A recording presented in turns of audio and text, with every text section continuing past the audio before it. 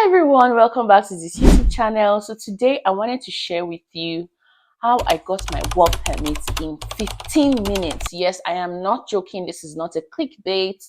15 minutes. I moved to Canada about 10 years ago now. I came with a study permit, and on my study permit I had allowance to work up to 20 hours a week. I couldn't work past 20 hours because I'm primarily a student. And even though I'm allowed to work, I'm not supposed to work past 20 hours. I did a 4-year program at the University of Winnipeg. And when I graduated, it was time for me to get my postgraduate work permit. My work permit would expire August of that year. And this was June of that year. I didn't think I would need the 4 years on my work permit, so I did not wait. I graduated in June of that year. My study permit would have expired August of that year. So what I did was take my study permit to the border. I was living in Winnipeg at the time, so I went to the Winnipeg US border, the Canada-US border in Winnipeg. So we went there. I submitted an application to a border agent. They are like right in front of you. You're submitting a work permit application. So that is what I did. And then they'll ask you, what are you coming to do? Are you coming to visit? And we don't have, at this time, I did not have a US visa. So I'm like, oh, I'm just going back to the Canada border. The reason why it's important for you to do that is you will need a rejection letter for your work permit application. This rejection letter is from the US border saying you were rejected or they did not allow you entrance into the US because you don't have a visa. It's nothing, it's not a big deal. It's nothing at all. So we went into the building. They gave us a rejection letter saying you're not allowed to enter into the US because you don't have a US visa. So we went like right back. It's on the same spot. This is US, this is Canada building, this is US building. So we just drive back and basically says, welcome to Canada. What are you coming to do? And we say, oh no, we just came from the US border and we're coming to the Canada border for an application. So they'll tell you where to park your car, you go in, and then you fill out the application. We filled out our application, gave it to the border agent. There was no one there when we got there. It was very quiet. And the woman assessed it, asked me a couple questions. I'm sure they'll go through your file. They'll go through everything basically. And in 15 minutes, I had my work permit printed. I was on my way back home. So that's how I got my work permit in 15 minutes. I basically went to the Canada border. I've seen a lot of people do it. The only downside to that is I would always advise against going to the border if your study permit is expired. If you are renewing your work permit and that work permit is already expired, you're basically undocumented living in Canada. So never go to the border if your document is already expired. They could send you home from there. I've seen it happen. Do not go to the border if your documents are already expired. My sister, stay at home and apply online. Very, very safe. Do not ever do that. Do not go to the border if you have ever had issues with the authorities and like there's a loophole where they can use to deport you or send you back or reject an application, especially when you don't have time, like you don't have up to 3 months on that visa anymore. So please never ever go to the border if you have these issues. Always make sure you are in good standing. I was in good standing. My study permit still had 3 months on it. There was really no reason for them to reject my visa. And also, I feel like the border agents don't like people doing that, but that's one of the reasons, right? Rather, why they're there. So if you have no issues, you want your work permit like yesterday, you see that you could get your permanent residence in a few years. You don't have to wait 4 years for your permanent residence. By all means, go and do it at the border. I think it's better that way.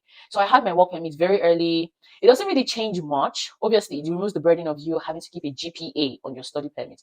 Your study permit is really reliant on your GPA in school. You have to be doing well in school for you to keep that status on your study permit. But your work permit, you basically work, really. So that is why a work permit, a switch to a postgraduate work permit is awesome. So when I applied for my postgraduate work permit, I was able to apply for my permanent residence like a year later, really. I didn't really need to wait. I have a friend who got his permanent residence application started by the company he was working for at the time. So you have that happen to people. Like you have your work permits. That is what I meant by you already know how this is going to go. You already have a job with this company, and you know that one of the benefits of working with this company is getting your permanent resident application sponsored by the company. So his application, or he was sponsored by his company. I was sponsored by my husband. You can go as an individual with your work permit and apply for a permanent residence. I think they have two streams, the provincial and the federal. I can't remember. I didn't use any of those routes. So you can definitely get your permanent resident application just shortly after your work permit application. So you don't have to wait. I don't get the point in waiting. I also don't like to apply for something too close to the deadline. I like to give it 3 months, just to be safe. So work permits last for 4 years most times. They usually go with the years on your international passport. So that is one important thing to do. Always renew your international passport before you apply for your work permit or your study permit. When you want to apply for your study permit, go and get a fresh new passport. Don't go and apply with 1 year remaining, because then you have to renew. And renewal, they might go through everything again, send all the bank statements again, and send everything again.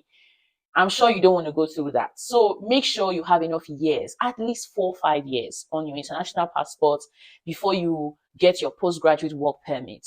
Go and apply for your postgraduate work permit with a fresh new passport and the years. So if you have 4 years on your international passport, they will give you a 4-year work permit. And I got a 4-year work permit. But like I said, I got my permanent residence in the first year of that work permit. I didn't need it, basically, which is good. I'm making another video, and that video is going to be about my path from when I was a student, from my study permit to citizenship. So what went on through those years? How long did it take me to get there? What was the cost? What was the process I took? That is the dream of so many international students, that one day I will become a citizen in Canada, that one day I will become a permanent resident, and what are the benefits that come with those, statuses. Times when we get some documents, so like when I had my permanent residence, I didn't really feel the rush to get my citizenship. Honestly, the only thing that made me go and apply for my citizenship was I had gone on a couple trips with my husband and my son. They are both Canadian citizens, and I hated the way they separated us at the embassy, or like the border in the airports. I hate the way they put me on a different line because I did not have the navy blue passport and I had a green passport, and they put them in a different line because they had a navy blue passport and everything was quick for them.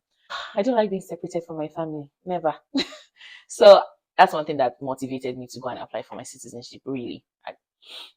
But there are certain benefits, There's a benefit to switch from your work permit to your permanent residence. You might have time, but definitely get on that permanent residence application, get it going, let it be done. And then there is the benefit from switching from your permanent residence status to citizen. But yeah, that is how I got my work permit in 15 minutes. Like I said, make sure you're eligible, make sure you're in good standing, really check and make sure there is no loophole. And if you are not sure, apply online. Except you need your work permit like yesterday. I don't recommend it. I'm just saying it because it can be done. If you need that option, it is there. I've seen so many people do it. You can do it too. But then make sure before you go. Say you watched Precious video. You went to the border. Then I sent you back home. No be me send you. No be me send you. So make sure you verify. Basically, make sure you verify before you go to the border.